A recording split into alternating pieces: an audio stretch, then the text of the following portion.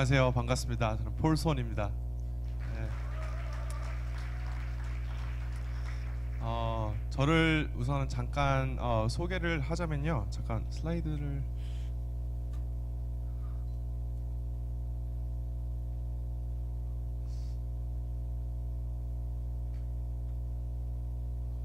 나오네요. 잠깐 저를 소개를 하자면 저는 미국의 캘리포니아에서 지금 살고 있습니다. 그래서 저는 청년들 대상으로 하나님 안에서의 정체성과 또 소명을 이제 발견해주는 그런 코칭과 트레이닝 일을 저는 지금 하고 있어요. 그래서 사실 제가 강의를 할 때 거의 다 영어로 하거든요. 근데 제가 이제 한국말로 하니까 좀 서투는 한국말이 서툴더라도 좀 이해해 주셨으면 감사하겠습니다. 그래서 오늘 여러분과 함께 나누고 싶은 메시지는 청년의 시간에 어떻게 하면 하나님이 주신 소명을 발견하고 또 하나님의 뜻대로 나아갈 수 있을까에 대해서 같이 나누고 싶어요.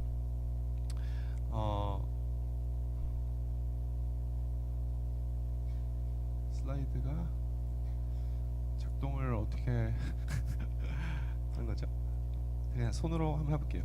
예, 우선은 제가 소명에 대해서 처음으로 생각했던 계기가 언제냐면 제가 알프레드 노벨이라는 사람의 스토리를 제가 읽었어요. 근데 그 알프레드 노벨의 스토리가 어떻게 되냐면 그 사람은 이제 스웨덴 엔지니어 집안에서 태어났는데 평생 기술자, 평생 발명가로 살았어요.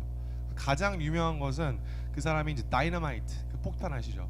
그거를 만든 사람으로 가장 유명한데 1888년 어느 날 하루는 알프레드 노벨이 일어나서 신문을 읽는데 그 신문에 자기가 죽었다는 그 사망 기사를 읽은 거예요.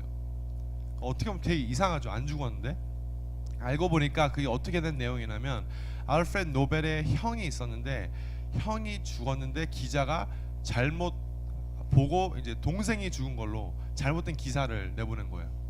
그래서 그 헤드라인의 타이틀이 뭐였냐면 죽음의 상인이 숨지다. 예, 그런 타이틀이었고 그때 알프레드 노벨이 그 기사를 읽으면서 나는 이렇게 세상에서 알려지는구나 하면서 굉장히 자기의 인생을 다시 돌아보는 그런 시간을 가졌어요. 그래서 그때부터 자기가 번 모든 돈의 95%를 이제 공공재단에게 이제 도네이트한 거예요. 예, 그렇게 해서 노벨 피스 프라이즈 상이 그렇게 나왔어요. 예, 그래서 저도 그 얘기를 들으면서 되게 놀랐던 거 뭐냐면 만약에 내가 일어나서 나의 신문 읽는데 나의 사망 기사가 나왔다면 뭐라고 써져 있을까? 거기에 대해서 제가 한번 생각을 해봤어요. 혹시 내가 세상에서 나를 바라보는 나의 스토리와 그리고 내가 남기고 싶은 나의 스토리가 다른가? 그래서 생각해봤는데 여러분들도 한번 생각을 해봤으면 좋겠어요. 저희가 청년이니까 많이 죽음에 대해서 생각 많이 안 하잖아요. 근데 한번 생각해보고 나의 사망 기사에는 뭐라고 써져 있을까? 그래서 한번 생각을 했으면 좋겠습니다.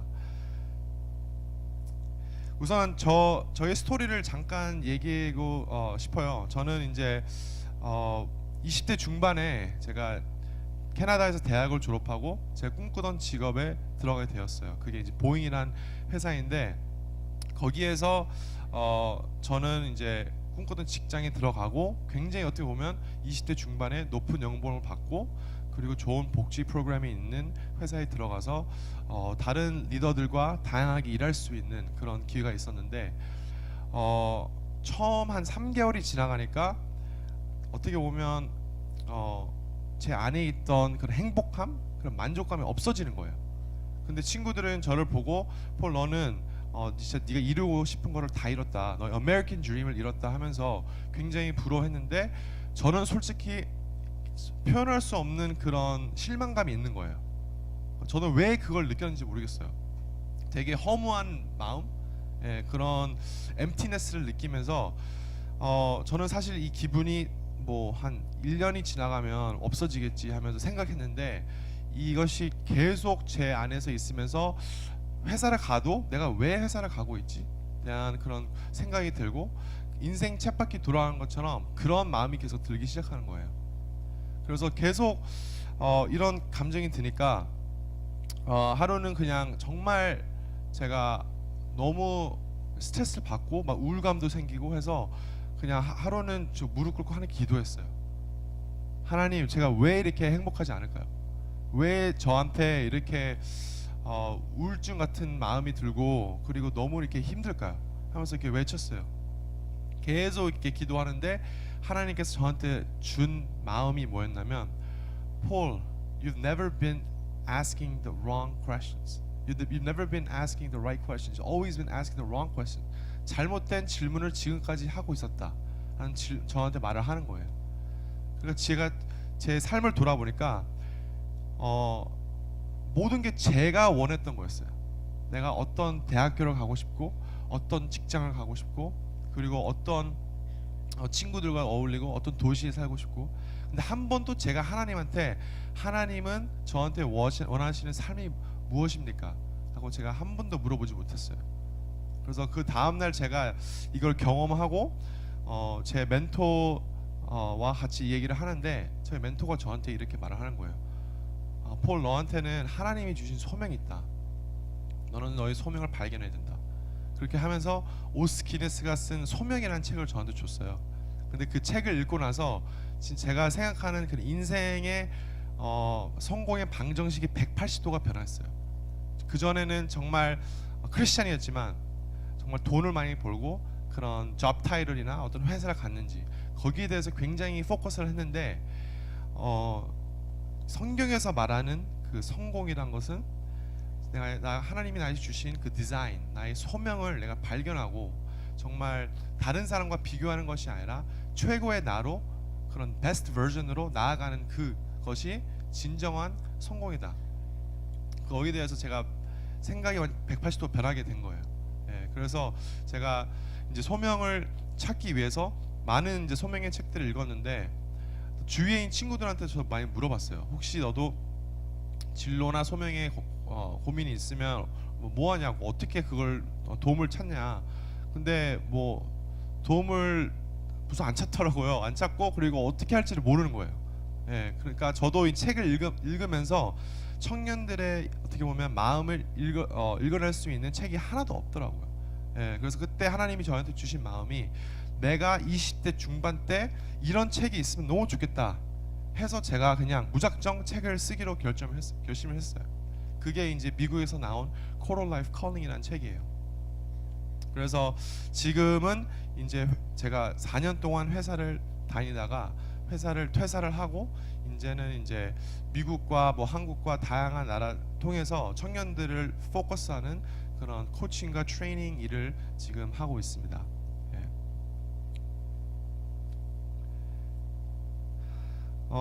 30년 동안 이제 중환자실에서 죽음을 눈앞에 둔 환자들이 있었는데요. 근데 그 간호사가 그 책을 썼어요. 근데 그 책에서 이런 질문을 한 거예요.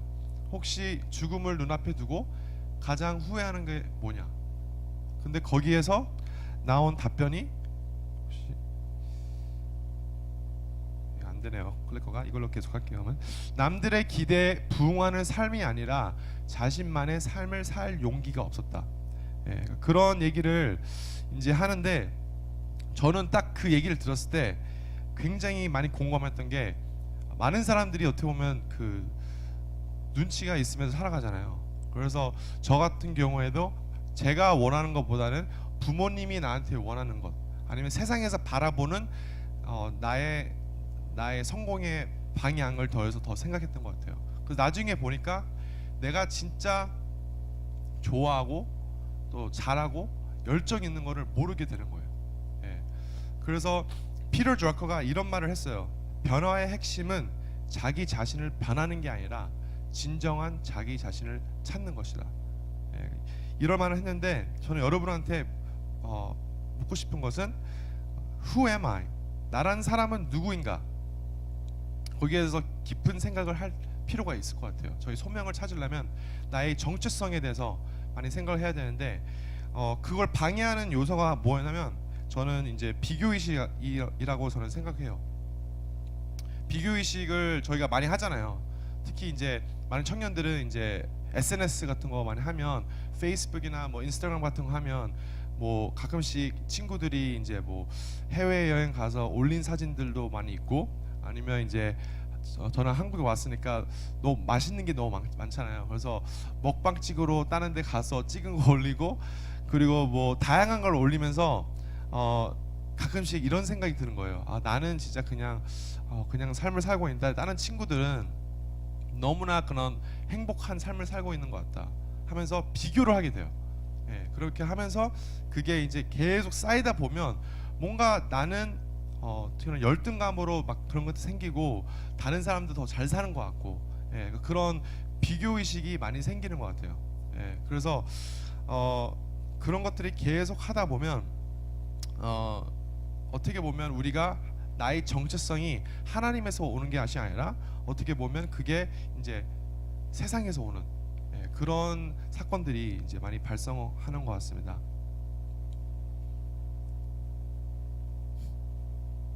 네, 계속 그냥 할게요. 저는 그래서 이 말을 되게 굉장히 좋아하는 게, Everyone is a genius, but if you judge a fish by its ability to climb a tree, it will live its whole life believing it is stupid. 모든 사람은 천재다. 하지만 나무를 오르는 능력으로 물고기를 판단하면 그 물고기는 평생 바보라고 생각할 것이다. 하나님이 우리를 만들었을 때는요, 다 각각 다르게 만들었어요. 우리한테 다른 디자인을 줬어요. 근데 이제 우리는 사회의 그런 그 네로한 성공의 잣대가 있잖아요. 거기에 우리가 다 맞추려는 게 되게 어떻게 보면 되게 힘든 부분인 것 같아요. 그렇죠? 그래서 뭐 정말 큰 대기업이나 공무원이 안 되면 어떻게 보면 그냥 실패자로 생각하는 경우가 되게 많은 것 같아요. 저 또한 그런 거를 많이 경험을 했어요. 근데 여러분, 사회에서 말하는 성공의 잣대에 포커스하기보다는 우리는 하나님이 주신 그 잣대에 포커스를 해야 돼요. 저는 그것이 이제 소명을 어떻게 하면 우리가 주신 걸 발견하고 그 소명에 대한 충성심을 갖고 나아가는 삶이 진정한 저는 성공이라고 생각합니다. 여러분 혹시 이 그림 혹시 기억하시나요? 이 그림이 몇 달 전에 이제 뉴스에서도 나왔잖아요. 이 그림이 이제 리오나르도 다빈치가 이제 그린 작품인데, 예수님을 나타낸 그런 작품이잖아요. 근데 이 그림이 이제 경매에서 이제 팔렸는데, 경매에서 가장 비싸게 팔린 이제 작품으로 팔렸어요. 그게 이제 얼마에 팔렸냐면 450 million 달러거든요. 그게 이제 4,800억 원에 팔렸어요. 하나도 안 놀라시네요. 저는 되게 처음에 듣고 너무 충격을 받았던 게 4,800억 원이 얼마인지 잘 몰라가지고 한번 계산을 해봤어요. 근데 그게 이제 50년 동안 내가 만약에 4,800원의 돈을 만약에 쓴다면 하루에 2,500만 원씩 써야 돼요. 그걸 매일 50년을 써야지 그게 4,800억 원의 그게 돈이 있는 거예요. 엄청나게 큰 돈이죠. 근데 저는 이걸 보면서 깨달은 거는 이게 있었어요. 오늘 말씀에 이 에베소서 2장 10절 말씀이 영어로는 이렇게 나와 있어요. You are God's masterpiece. 어떤 사람은 이걸 봤을 때 masterpiece라 생각해서 4,800억 원의 돈을 내서 가져왔잖아요. 근데 하나님은요, 여러분 볼 때 여러분은 masterpiece를 바라보고 있어요. 여러분이 하나님의 걸작품이에요. 근데 솔직히 여러분 아침에 거울 봤을 때 마스터피스가 보이세요? 저는 가끔씩 잘 안 보여요. 가끔씩 늘어나는 주름만 보이고, 마스터피스는 가끔씩 안 보여요. 근데 하나님은 저한테 항상 저한테 리마인드를 해주세요. Paul, you are my masterpiece. 그게 나의 진정한 나의 정체성이다. That's who I really am. 그래서 저는 그거를 매일매일 선포하려고 노력을 하는 게, 그렇지 않으면 세상에서 나한테 말하는 게 저는 그것이 나의 아이덴티티다라고 저는 느끼는 거예요. 그래서 성경에서 다양한 그런 말씀들이 있잖아요. 예를 들어서 나는 하나님의 자녀다. 나는 하나님의 거룩한 성전이다. 나는 하나님의 동역자고 천국의 시민이다. 빛과 소금이다. 우리가 이런 말을 많이 하는데 그냥 여기서만 머무는 게 아니라 우리 가슴 속에 그거를 우리가 진짜 쏟긴 해야 돼요. 진짜로. 그러려면 매일매일 그 말씀을 선포해야 돼요. 그러면 정말 우리가 그렇게 변화가 돼요. 변화가 되면서 우리 마음속과 행동에서 그게 나타나는 게 정말 중요해요. 왜냐면 저희는 지금 살고 있는 시대가 더 크리스찬이 좀 더 줄고 있잖아요. 그 청년들이 우리 밖에 이제 교회 나가면 저희가 이제 마이너리티잖아요. 그러니까 우리가 하나님 안에서 바로 서지 않으면 너무 많이 쉽게 공격을 받고 되게 힘들어요. 예.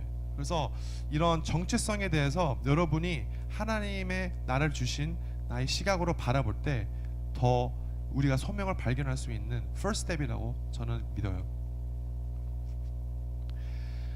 소명에 대해서 잠깐 제가 이제 설명을 하자면, 이제 소명이란 말이 되게 어떻게 보면 추상적으로 들릴 수 있잖아요. 소명이라면 이게 뭔가 이렇게 철학적이고 뭔가 신학적인데 이게 나랑은 상관이 있나?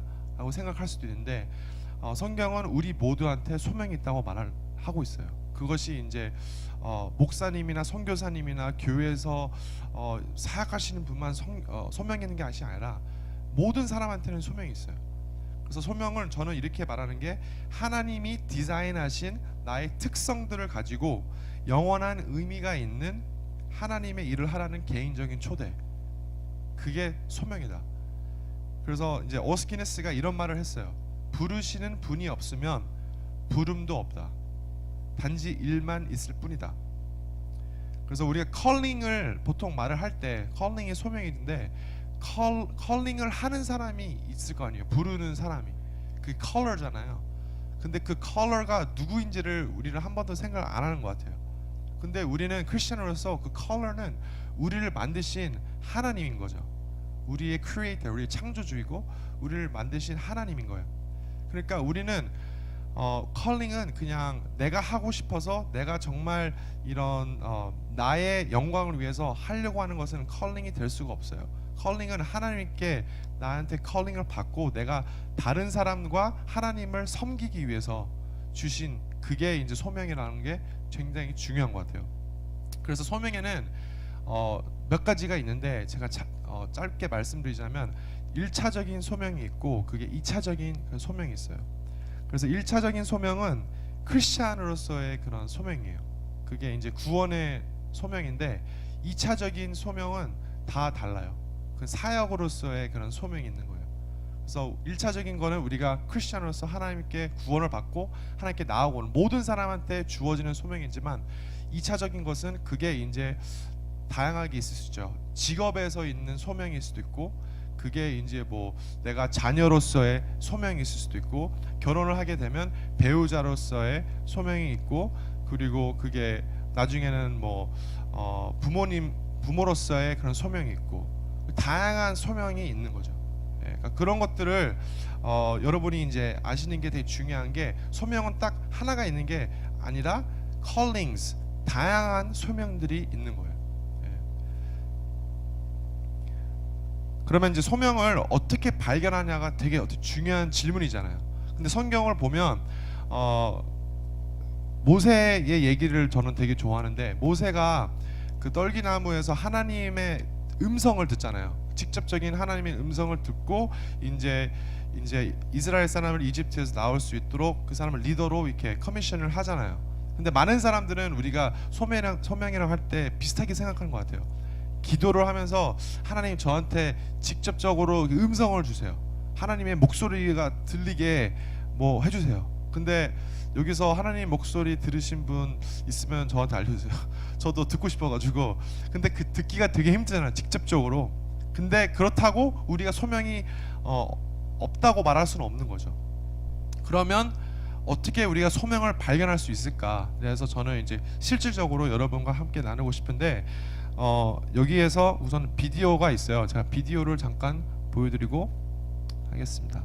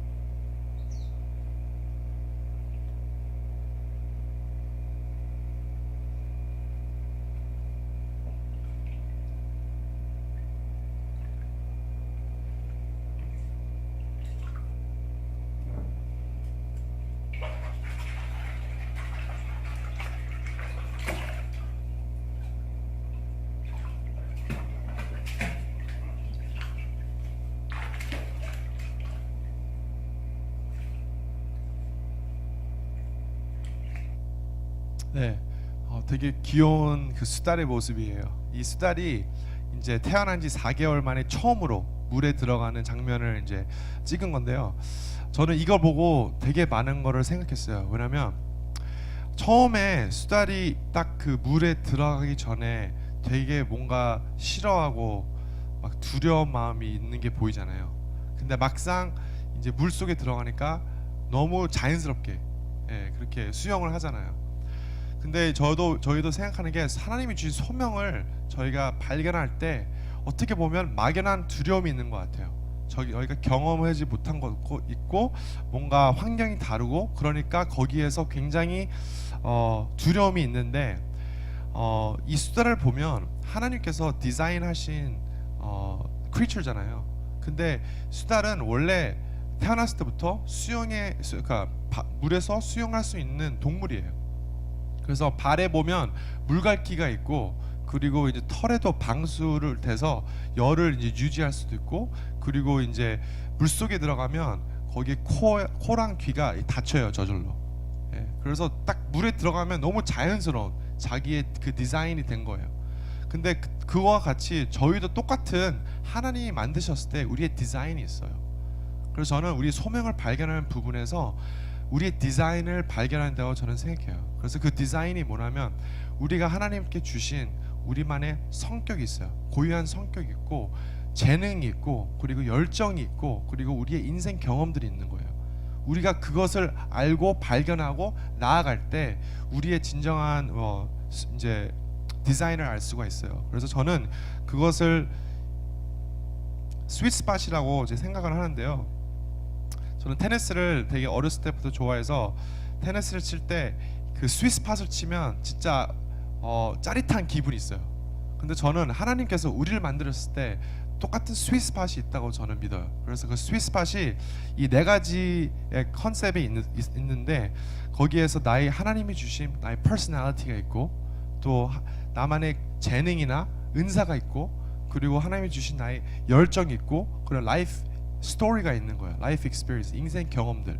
그래서 그것을 제가 잠깐 하나하나씩 여러분과 같이 나누려고 해요. 그래서 처음에는 저희가 성격 있잖아요. 사람마다 이제 성격과 기질이 다 달라요. 어떤 사람 같은 경우에는 굉장히 외향적이고 말 많이 하고 사람 만나는 거 정말 좋아하고 그렇게 에너지가 이렇게 충전되는 사람이 있는 반면에 어떤 사람은 그냥 정말 혼자 있을 때 에너지 받는 사람이 있잖아요. 다 달라요. 어떤 사람은 정말 계획적이고 막 그 메모 같은 거 하면서 자기 일정 같은 거 다 짜는 사람도 진짜 이렇게 있는 반면에 어떤 사람은 좀 더 즉흥적이고 유연한 사람이 또 있고 하나님 만드셨을 때 다 디자인이 다 달라요. 그래서 그거를 알기 위해서는 우리가 우리 자신의 성격을 알 필요가 있어요. 그래서 여기서 MBTI 다 들어보셨죠? 그래서 MBTI 온라인상에서 하면 그 MBTI 나오잖아요. 네 글자가. 근데 그것을 그냥 온라인상에서 하면 사실 정확하지가 않아요. 그래서 그것을 이제 Certified then MBTI 가르치는 사람이 있어요. 그래서 그 1대1 코칭을 하면 정말 구체적으로 나의 성격을 알 수 있는 좋은 부분이 있어요. 그래서 여러분한테 혹시 나 아직 잘 모르는 것 같다, 나의 성격을. 옛날에 뭐 MBTI 해보면 이 5년 전에는 내가 ENFJ였는데 지금은 뭐 ISTP다. 그래서 내 성격이 변한 것 같다. 근데 제가 이 MBTI를 공부를 하고 자격증이 있는데요. 이 성격은 안 변해요. 근데 우리의 살아온 환경이 변해요. 그래서 환경 때문에 우리의 그때 이 스냅샷이 바뀌는 거예요. 그래서 하나님이 주신 우리의 그 퍼스널리티 그거를 알기 위해서는 여러분이 그런 MBTI를 하시는 분한테 가셔서 좀 더 나의 적성이나 성격에 대해서 알 수 있는 또 그런 시간이 있으면 되게 많이 도움이 될 것 같아요. 두 번째는 이제 재능이 있는데 다 하나님께서 여러분한테 주신 그 탤런트가 있어요. 근데 저는 어렸을 때부터 제 자신이 이제 탤런트가 별로 없다라고 저는 생각을 했어요. 근데 그 이유 중에 하나가 뭐냐면 제가 전에 말했던 비교의식이 있는 거잖아요. 그러니까 제가 뭘 잘해도 다른 사람이 더 잘하는 사람이 있으니까 그냥 상대적으로 나는 못하는 것 같다는 그런 마음이 들어요. 근데 이제 중요한 거는 하나님이 우리한테 준 그런 성향들이 있고 재능들이 있는데 그것을 우리가 객관적으로 알 필요가 있어요. 그래서 저는 그것을 여러분한테 잠깐 이제 실제적으로 어떻게 할 수 있는지를 제가 알려드릴게요. 제가 대학교 때 이걸 했는데 너무 많은 도움이 됐어요. 제 자신의 재능을 알 수 있는 방법이. 그래서 첫 번째로는 뭐냐면 내가 생각하기에 이제 내가 잘하는 것을 우선은 브레인스토밍을 해보세요. 그게 스텝 넘버 1이에요.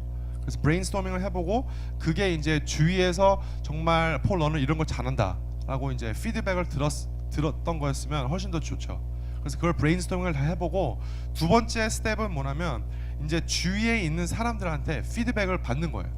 그게 이제 가족이 될 수도 있고 아니면 되게 어떻게 보면 나랑 친한 뭐 친구가 될 수도 있고 아니면 이게 목사님이 될 수도 있고 뭐 다양한 사람들이 될 수가 있어요. 근데 뭐 선생님이 될 수도 있고 그런 분들한테 찾아가가지고 이 한 질문을 하는 게 되게 중요해요. 나를 내가 갖고 있는 강점이 무엇이라고 생각합니까? 예, 그 질문을 해보는 거예요. 그리고 그것을 이제 스토리 형식으로 말해달라. 언제 그랬는지 그거를 이제 부연 설명할 수 있는 거를 알려달라고 해서 그거를 다 적어봐요. 예. 그렇게 해서 한 10명, 15명을 하다 보면 이제 세 번째 스텝은 뭐냐면 적었던 모든 것을 다시 리뷰할 때 거기에서 하나님께 기도하는 거예요. 하나님, 제가 이 많은 사람들한테 물어보고 나의 재능이 뭔지 아는데 이제 리뷰를 하는데 하나님이 어떻게 제가 갖고 있는 재능이 무엇인지 알려달라고 선명하게 해달라고 기도를 하는 거예요. 그리고 이제 저널링 한 거를 다 읽어가면서 공통적인 패턴이 있는지 한번 보세요. 그렇다 보면 비슷한 것들이 나와요. 비슷한 팀들이 나와요. 예. 저 같은 경우에는 친구들이 그리고 뭐 가족이나 저한테 항상 한 말이 너는 항상 뭔가 배우는 거 좋아한다. 뭔가 책을 읽고 뭔가 새로운 걸 경험하고 배우는 걸 정말 좋아하는 사람인 것 같다. 그럼 저는 한 번도 제 자신을 그렇게 생각해 본 적이 없는데 많은 사람들이 그렇게 말을 하니까 나란 사람은 이런 사람이구나, 이런 걸 잘하는 거구나. 예, 거기에 대해서도 많은 걸 배웠고 또 어떤 사람은 폴 너는 리서치를 정말 잘하는 것 같다. 근데 저는 너무 자연스럽게 하는 건데 다른 사람이 보기에는 되게 잘한다고 말을 하는 거예요. 저는 그거를 몰랐어요. 근데 저는 그거를 이제 알고 나서 이제 내가 이 강점들을 내가 사용하자.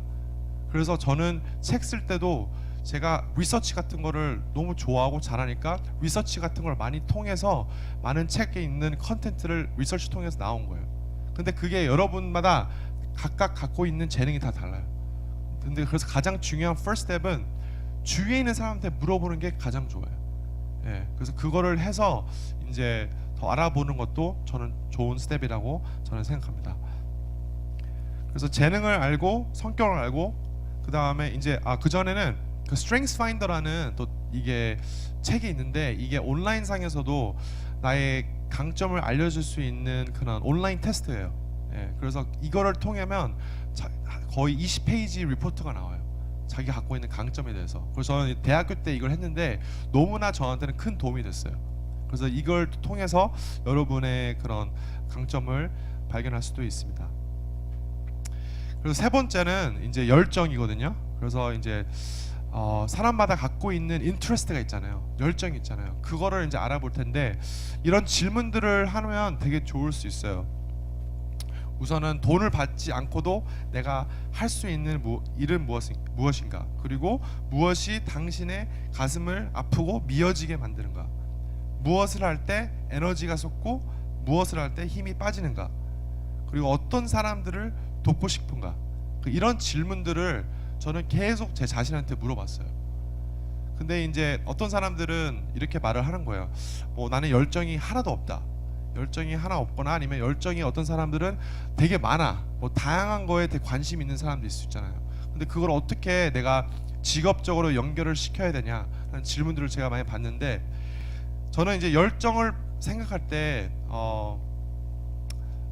그게 이제 100%가 안 맞을 수가 있는 게 저는 테니스에 열정이 있지만 저는 테니스 선수가 될 수가 없어요. 그렇죠? 근데 이제 저는 열정 대신에 거룩한 불만족이라는 말이 훨씬 더 성경적으로 맞는 것 같아요.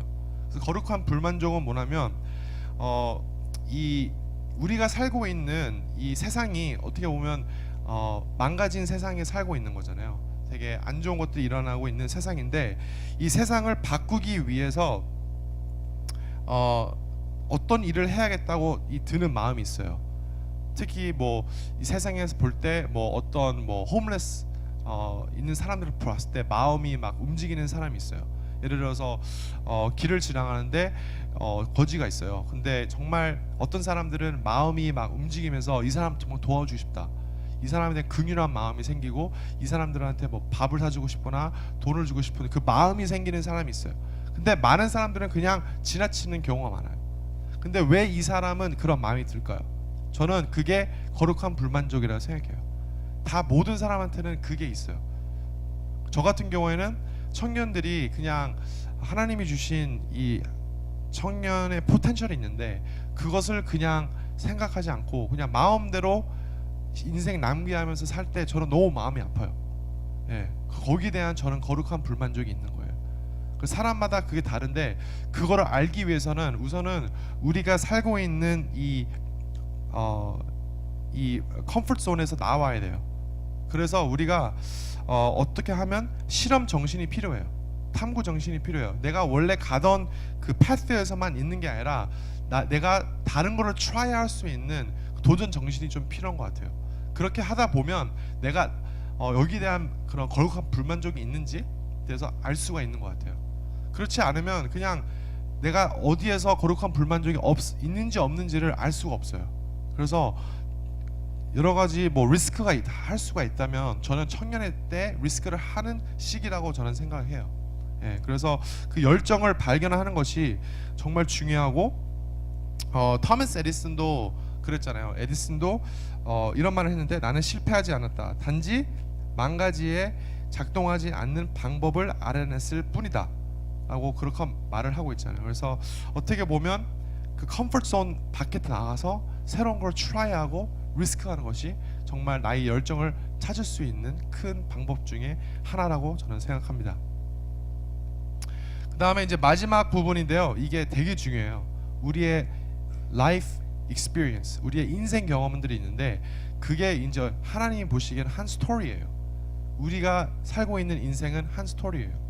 한 스토리에는 챕터들이 있고 다양한 인물들이 있고 그렇죠?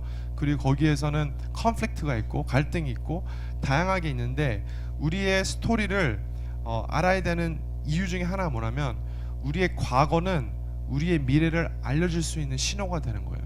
그래서 저는 이제 워크숍을 할 때 이런 엑서사이즈를 해요. 이게 이제 우리의 인생을 그려보는 그래프예요. 그래서 저의 인생을 간략하게 한 그래프를 그려서 보시면 여기에서 positive turns라고 긍정적이었던 일들과 그리고 negative turns 부정적이었던 나의 사건들이 있어요.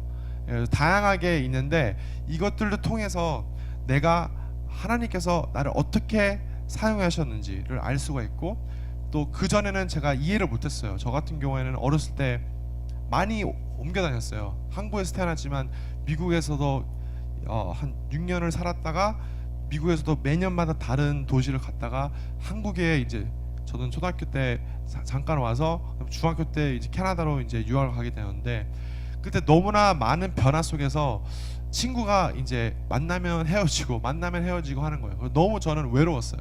외로웠고 부모님을 항상 원망했어요. 친구들이 없으니까. 근데 이제 제가 이 엑서사이즈를 통해서 느낀 게 있어요. 그전에는 되게 부모님을 원망했는데 지금은 너무 감사하게 변했어요. 왜냐면 제가 계속 이사를 하다 보니까 사람들에 대한 어떻게 보면 관심이 되게 훨씬 더 많아졌고 다른 문화에 있어서 되게 많은 접촉이 있었어요. 그래서 다른 문화를 이해할 수 있는 그런 마음이 하나님께서 저한테 주신 것 같아요.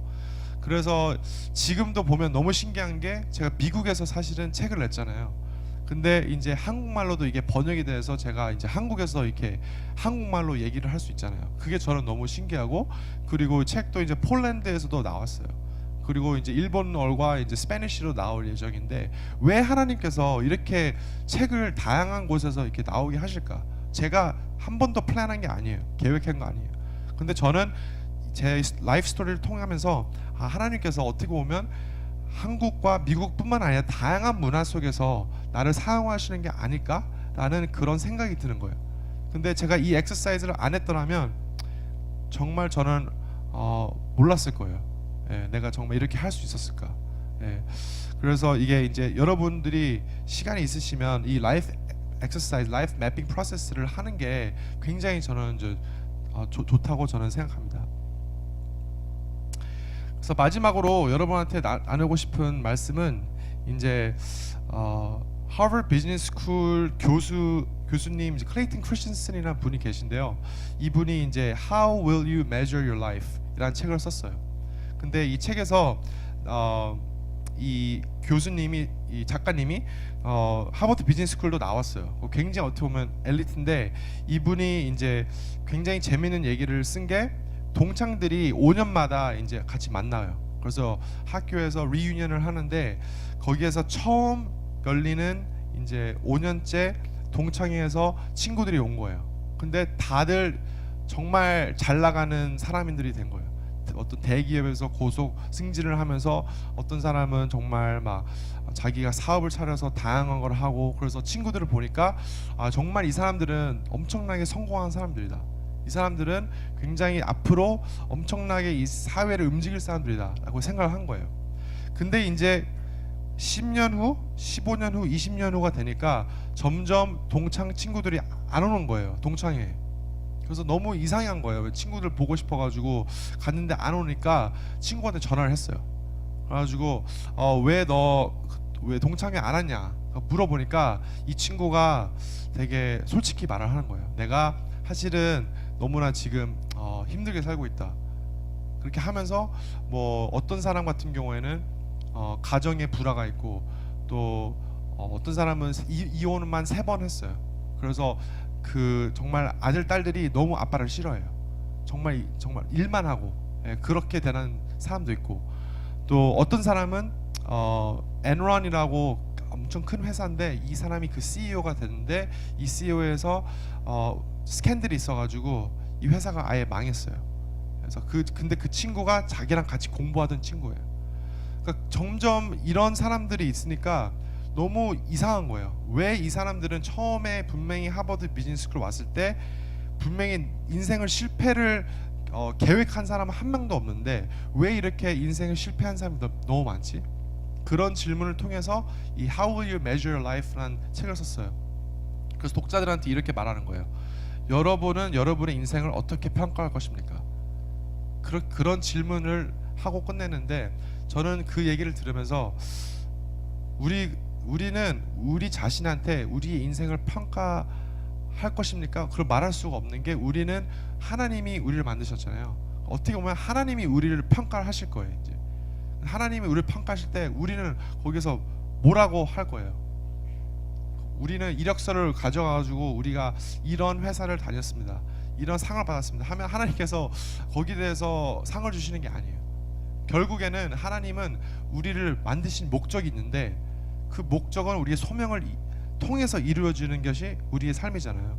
그래서 우리가 하나님이 주신 그 소명을 발견하고 그 소명대로 나아갈 때 진정한 어떻게 보면 하나님의 성공을 이뤘다고 저는 믿습니다. 그래서 저는 여러분에게 이 강의를 통해서 묻고 싶은 것은, 다시 여러분 삶 속에 돌아갈 거잖아요. 그렇죠? 여러분 삶 속에 돌아가서 다시 인생을 살 텐데 이 강의를 통해서 한 번이라도 더 여러분의 소명에 대해서 더 생각을 했으면 좋겠어요. 내가 가고 있는 길이 정말 이게 내가 가고 싶어서 하는 길인가?